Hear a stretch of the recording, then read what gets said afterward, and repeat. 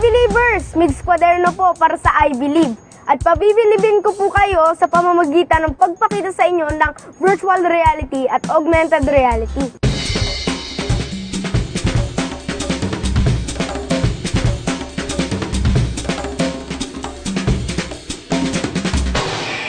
Sir Ruel, curious po kasi kami at lalo na yung mga ka-I-Believers ko na ano po ba pinagkaiba ng augmented reality sa virtual reality? Yung virtual reality is, pag sinuot mo yung goggles na yun, makikita mo isang what we call synthetic world. So yung synthetic world is actually created by the computer. So you can look around, it's full 360 degrees.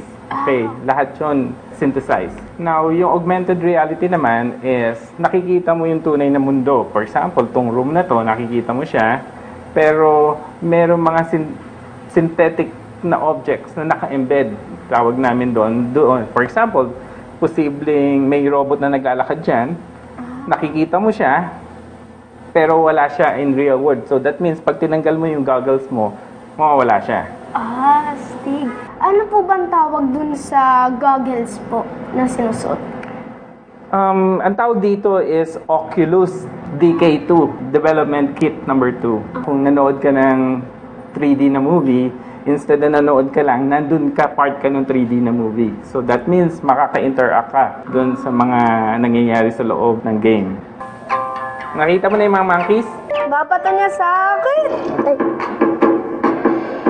Yan, ang kailangan mo, kalabanin yung monkeys.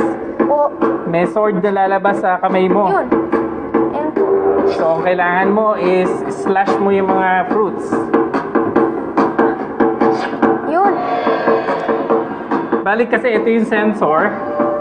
So, yan yung sensor na natatrack yung hands ni Migs para nakapag-interact siya sa virtual na world. O, paano po ba ito makakatulong sa mga students niyo po? Maraming may tutulong to. Kasi maraming mga unsolved na problems pa yung field ng virtual reality. So, yung mga estudyante ngayon dito, for example, isa-isa sa mga problema may naka-assign sa kanila at ito itong magiging tinatawag namin thesis nila. Gaano po ba katagal ginawa itong game? Dalawa kasi yung ginawa namin. Yung una yung Slash the Fruit. Siguro mga 2 buwan namin ginawa yun. Isa demo version lang para makita kung paano makipag-interact o paano maglaro sa virtual reality. Meron pa daw po tayong isang game po. Oo, meron pa. Yung The Apocalypse. Papakita rin namin sa iyo. Okay po. Okay.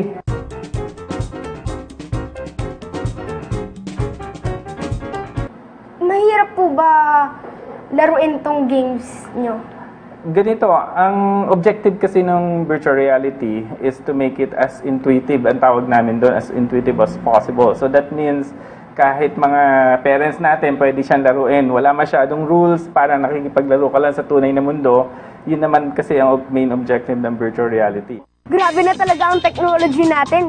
Kaya mga I-Believers, ipagpatuloy nyo lang ang pag-aaral para makagawa ng mga bagay na tulad nito. Dahil if you believe, I believe.